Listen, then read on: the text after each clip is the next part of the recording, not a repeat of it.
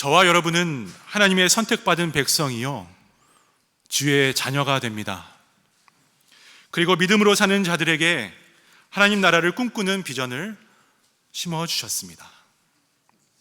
2000년 전에도 예수님과 제자들은 이런 하나님의 꿈을 함께 꾸며 신앙 여정을 걸어갔습니다. 또 이제는 성령님께서 우리 안에 내주하심으로 오늘도 동일하게 우리는 하나님 나라를 향해 주님과 함께 걸어갈 수 있습니다. 그뿐만이 아닙니다. 이 소명과 사명을 위해서 우리 주님은 이 땅에 교회를 세우시고 성도 각 사람의 마음을 함께해서 온전히 섬김의 자리로 나아가게 하십니다. 그래서 비전교회의 핵심 가치는 바로 하나님 섬김, 이웃 섬김이 됩니다. 그런데 많은 크리스찬들은 하나님 자녀까지만 되고 싶다고 말합니다. 교회나 이웃을 섬겨야 하는 수많은 일들이 바로 나의 삶에 더해지기 때문이죠. 그리고 내 인생이 더 무거워질까 봐 그렇다고 합니다. 하지만 쿼러 동전이나 우리가 하는 집회 앞뒤가 두 쪽 다 온전히 있어야 그 돈의 가치 그리고 온전하게 인정받고 사용할 수 있는 것처럼 바로 주님 안에서 새로운 생명으로 거듭났다고 하면 동시에 섬김의 사람 그리고 작은 예수로 살아가야 그 사람이 하나님의 백성, 하나님의 자녀로 칭함받을 수가 있습니다. 미국에는 NFL 미식 축구가 굉장히 많은 인기를 누립니다. 단지 우리가 접해보지 못할 운동일 뿐이지 정말 엄청난 인프라와 그리고 각각의 팀 그리고 각각의 선수, 감독들마다 에피소드를 가지고 있습니다. 그중 아직까지도요 화제가 되고 있는 인물이 있습니다. 60년대, 70년대를 주름 잡았던 빈스 롬바른디란 사람입니다. 감독이죠. 이 사람은 승률이 10%도 되지 않는 팀을 이끕니다. 제가 보니까 1년 동안 딱 한 번 이겼더라고요. 근데 그 팀을 데리고 그 다음 해부터 우승을 시켜나갑니다. 무려 10년 동안이요. 그런데 제가 그것보다 더 주목했던 거는 이분의 훈련 방식이었습니다. 이분은 보통 팀 스포츠면 팀들이 다 모여서 훈련을 해야 되는데 먼저 했던 거는 1대1 훈련이었습니다. 그리고 그 다음에 소그룹으로 그룹을 묶어서 훈련하기 시작합니다. 그러고 난 다음에 산전수전 다 겪은 베테랑들과 루키들을 다 모으고 한 자리에 모으고 이렇게 이야기를 했다고 합니다. 우리는 쉬지 않고 완벽을 추구해야 된다. 어쩌면 완벽을 달성할 수 없을지 모르지만 계속해서 처음 기초를 다지다 보면 적어도 다른 사람보다 나아질 수는 있다라고 말입니다. 이분의 이 이야기, 이 에피소드를 접하면서 제가 정경석 목사님과 함께 나눈 말이 떠올랐습니다. 청빙 결과를 이제 제가 접한 후에 LA에서 제가 거주하면서 정 목사님께 전화드리면서 이렇게 물었습니다. 목사님, 제가 이제 비전교회를 가게 됐는데 무엇을 준비해야 될까요? 이렇게 물었습니다. 그랬더니 우리 목사님께서 하신 말이 우 목사님, 기도만 하세요 였습니다. 아멘입니까? 네. 그러고 난 다음에 몇 주가 지나서 이제 또 혼자 기도하면서 그럼 이제 어떤 것을 계획하고 준비해야지 우리 교회에 도움이 될까 이런 생각을 하면서 한 번 더 목사님께 전화를 드렸습니다. 목사님, 이제 갈 날이 며칠 안 남았는데 제가 진짜 뭘 준비해야 될까요? 목사님 얘기해 주셨으면 좋겠어요. 이렇게 물어봤습니다. 그때 목사님 또 뭐라고 하셨는지 아십니까? 네, 맞습니다. 기도만 하세요 라고 했습니다. 여러분, 이 말에 여러분 얼굴을 보니까 막 감동이 막 벅차 오르시는 것 같은 느낌이 지금 드는데, 얼굴인데 사실 저한테는 꼭 그렇지만은 않았습니다. 왜냐하면 이미 저한테 드는 생각은 이미 기도를 하고 있는데 왜 목사님은 다른 거 얘기 안 해주시고 또 기도를 하라고 그럴까? 제 한편으로는 목사님이 저를 못 믿어서 그러신 건가? 내가 기도하지 않는 젊은 목사라고 생각하시는 건가? 이런 생각도 들었습니다. 그런데 정말 요즘 제가 이 담임 목사의 자리에서 사역을 하다 보니까요, 우리 정 목사님 말씀이 참 많이 와닿고 있습니다. 베테랑의 기초를 끊임없이 훈련시켰던 것처럼 매일 기도의 자리에 서 있는 목사에게 또 기도하라는 그 정 목사님의 말씀이 저한테 큰 울림이 되었고, 또 우리가 회복해야 할 신앙의 기초를 깨워주신 말씀이라고 생각되어졌기 때문입니다. 그렇다면 오늘 말씀에 비추어서 우리 비전교회가 다져나가야 할 기초는 무엇일까요? 우리의 핵심 가치 하나님 사랑, 이웃 사랑, 이것들을 제대로 해나가려면 우리는 무엇을 준비해야 될까요?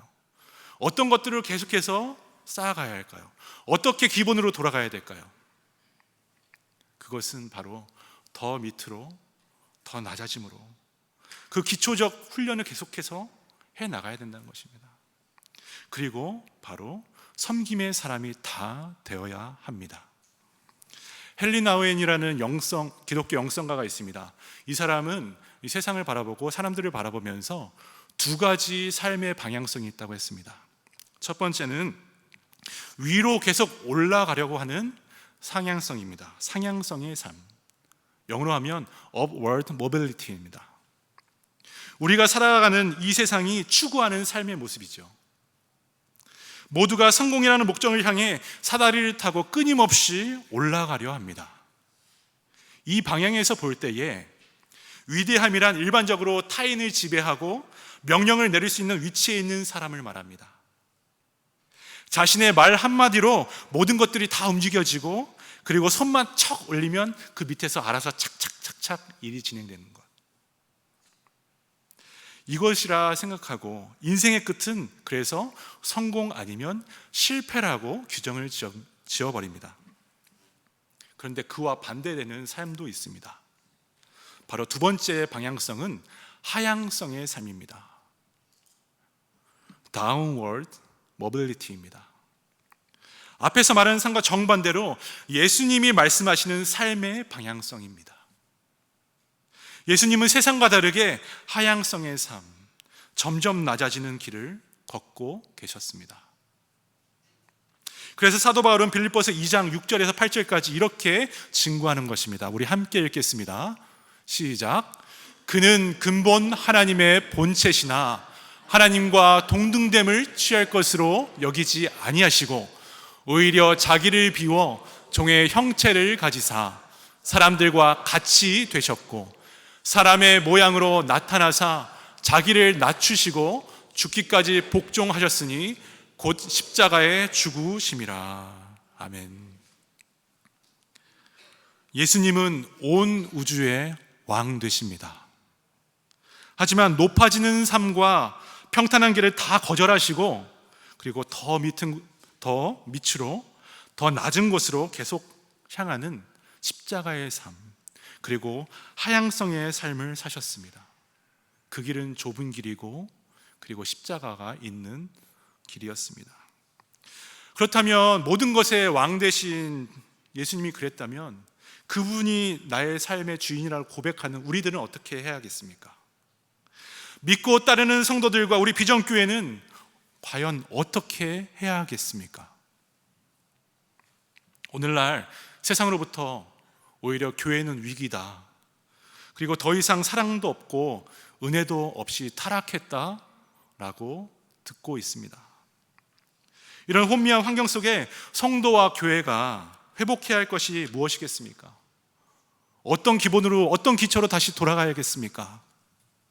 바로 그것이 섬김입니다. 아무리 좋은 건물, 아무리 좋은 프로그램이 있더라도 교회와 성도들을 위한 귀한 섬김이 없다면 빛 좋은 개살구가 될 뿐입니다. 섬김은 하나님이 세상을 이처럼 사랑하사 독생자 예수 그리스도를 우리에게 죽기까지 내어주신 바로 하나님 결정체가 됩니다. 따라서 앞으로 우리 비전교회 안에 하나님의 섬김, 이웃 섬김이 더욱더 선명하게 각인되기 바랍니다.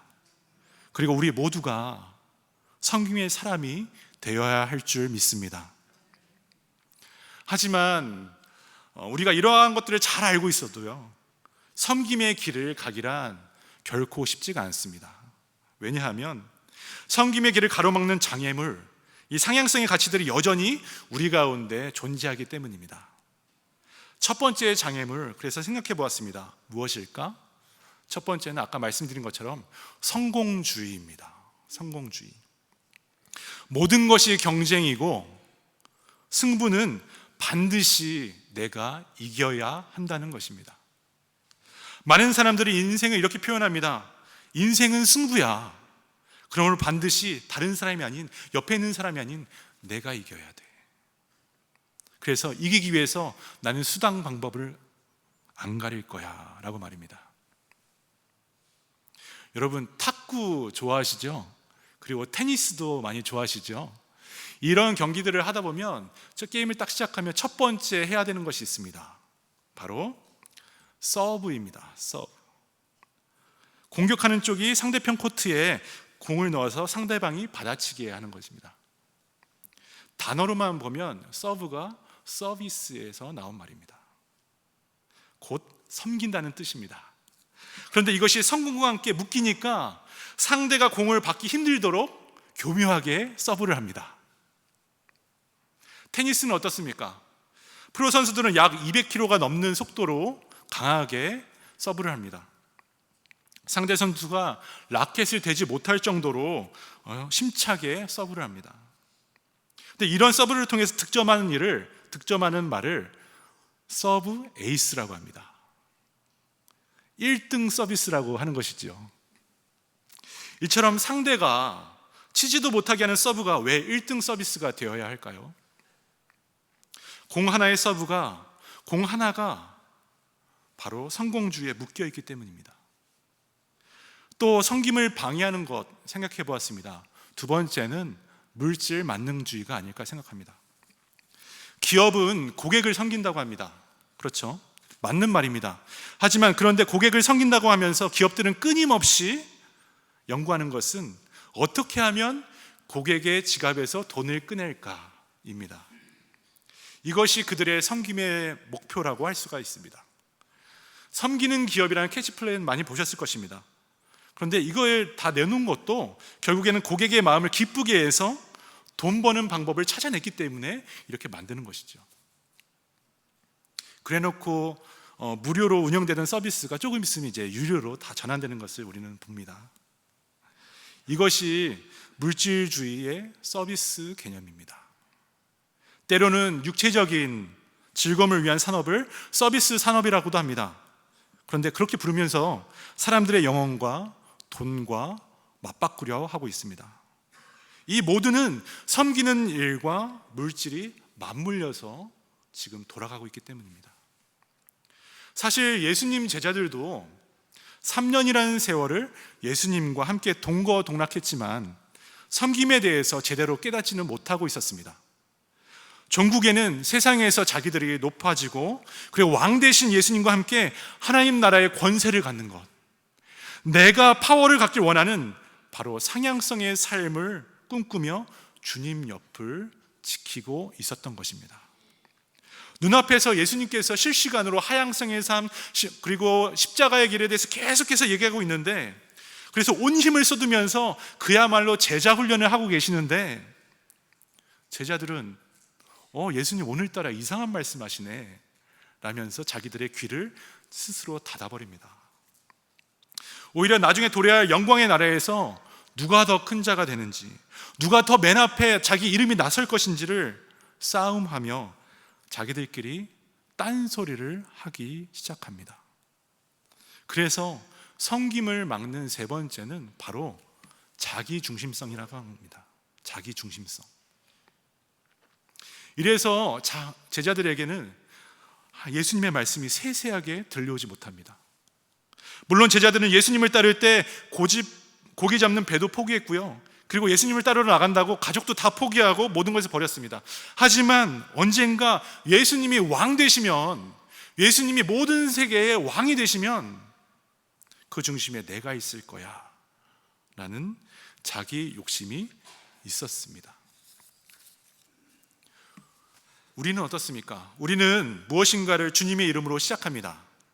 그런데 어느 날 가만히 보면 주님의 일을 한다고 우쭐거리며 내 이름을 자랑하기도 합니다.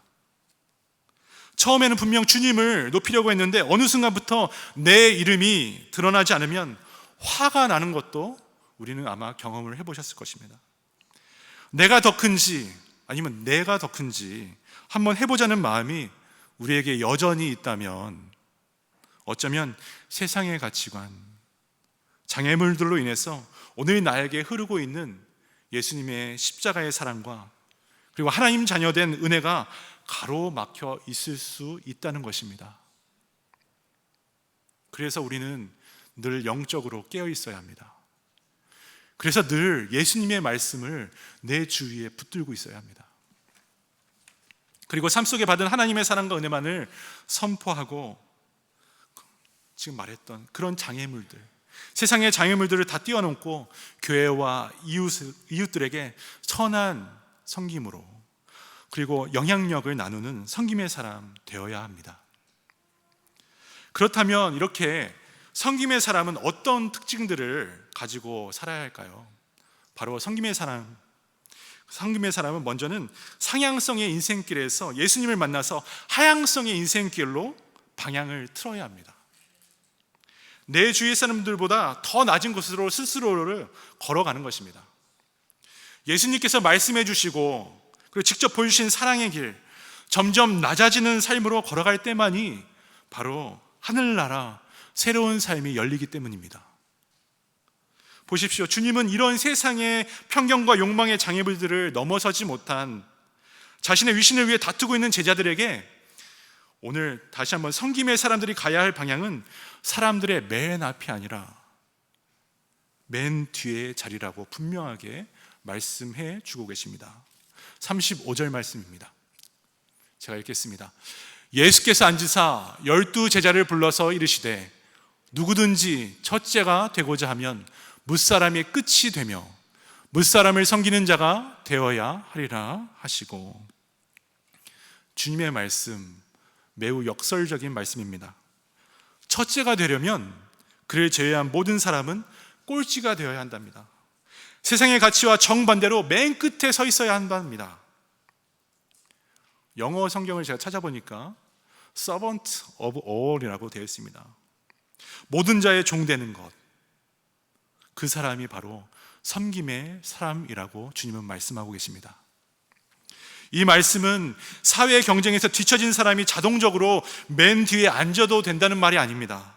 사회 계층 구조를 부인하거나 그를 뒤집기 위해서 쿠데타를 일으켜야 된다는 말이 아닙니다. 사장이 말단 직원의 책상에 앉아서 심부름을 해야 된다는 말이 아닙니다. 그렇게 오해하시면 안 됩니다.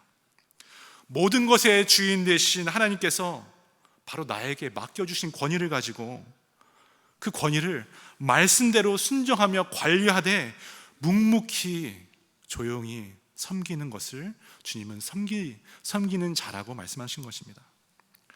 누구든지 첫째가 되려면 이라고 말씀하셨을 때에는요, 열망 자체를 부정하면서 너 악하다, 너 나쁘다 라고 하시지 않으셨어요. 다만 높아지는 것을, 그 자체를 우상화하고 다른 사람을 제압하는데 그 권위를 사용하지 말라는 것입니다. 도리어 사람들 안으로 들어가서 낮은 자리에서 무릎을 꿇고 직접 발을 닦아주면서 예수님을 대신해서 몸소 섬김으로 행할 것을 명령하고 계십니다.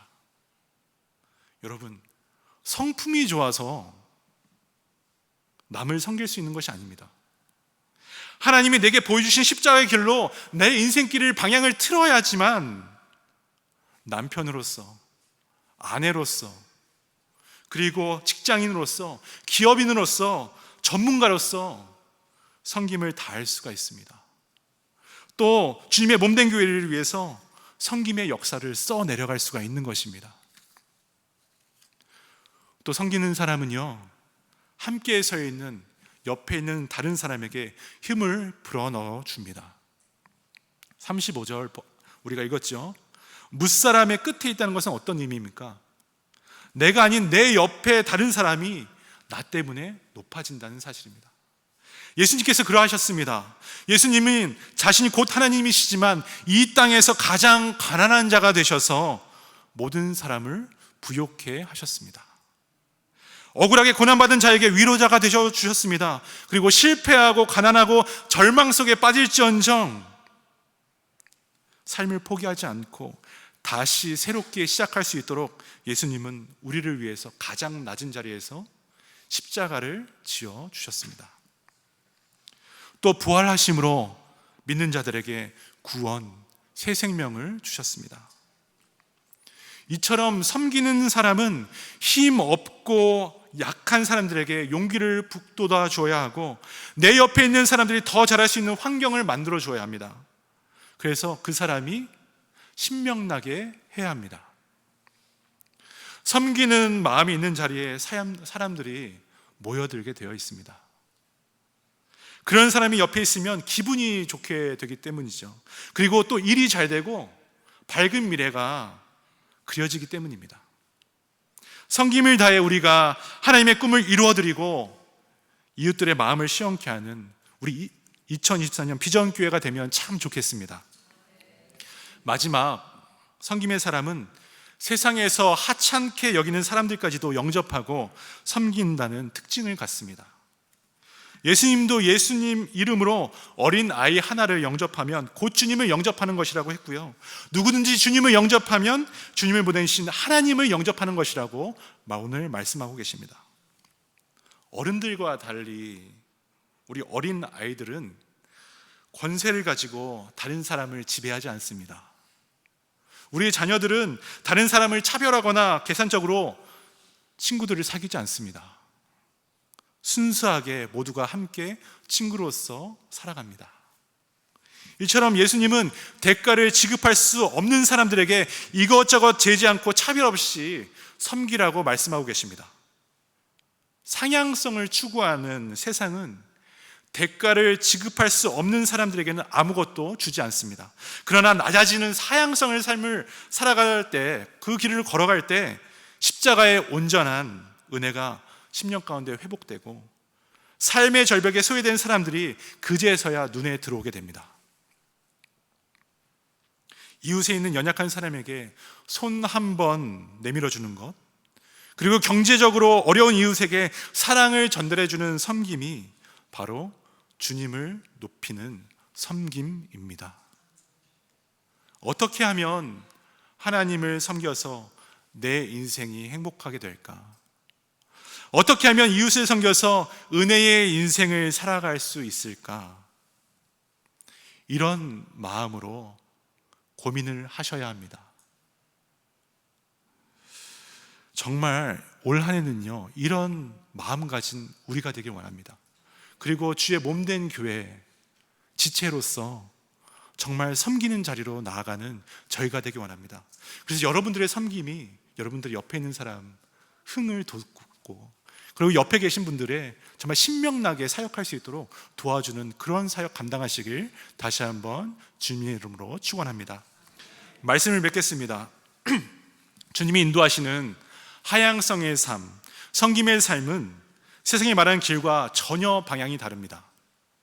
넓고 평탄한 길도 아니고 눈에 보이는 높은 상이 있는 것도 아닙니다. 오히려 그 길은 비포장 도로요, 좁은 길이고 가면 갈수록 낮아져야 하는 길입니다.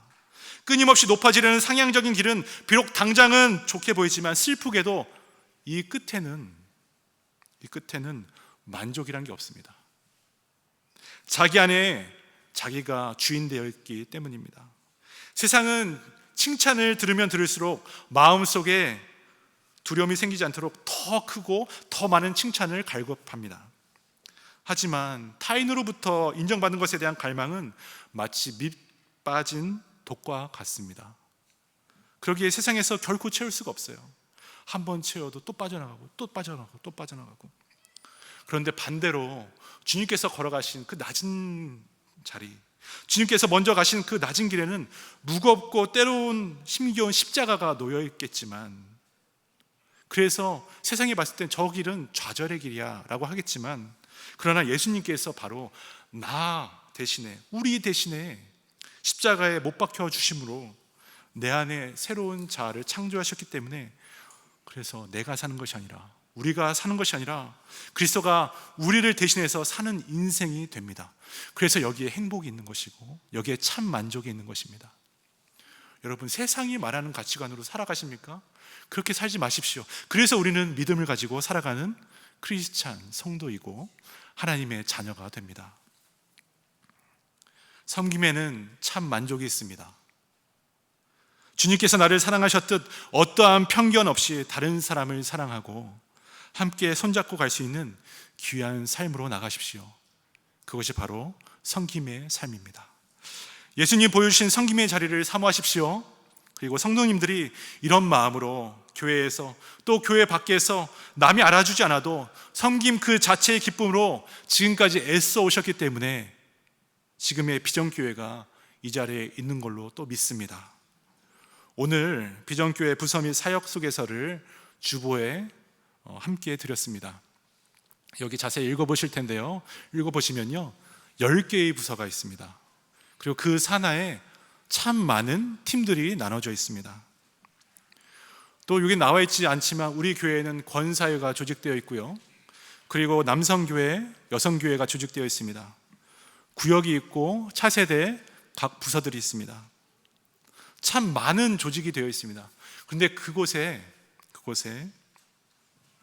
그냥 내가 중심이 되면 안 되고 바로 함께 낮은 삶의 방향으로 내려가야만 진정한 하나님 섬김, 이웃을 향한 섬김이 시작될 줄 믿습니다. 성령님께서 우리 가운데 계시고 주님의 마음으로 섬길 때에 우리의 한 분 한 분의 심령이 뜨거워지고 보람이 생겨날 것입니다. 또 내가 예수 그리스도의 마음으로 이웃을 향해 섬길 때에 주의 삶이 변화되고 우리 지역사회가 변화될 것입니다. 2024년 교회의 섬김에 참여해 주십시오. 2024년 여러 가지 사역들에 참여해 주십시오. 헌신해 주시기를 강력하게 권합니다. 그리고 세상에서도 예수 그리스도의 심정을 가슴에 품고 그리고 이웃을 돌아볼 줄 아는 주님 찾으시는 사람, 정말 하나님 자녀들 다 되시길 주님의 이름으로 축원합니다.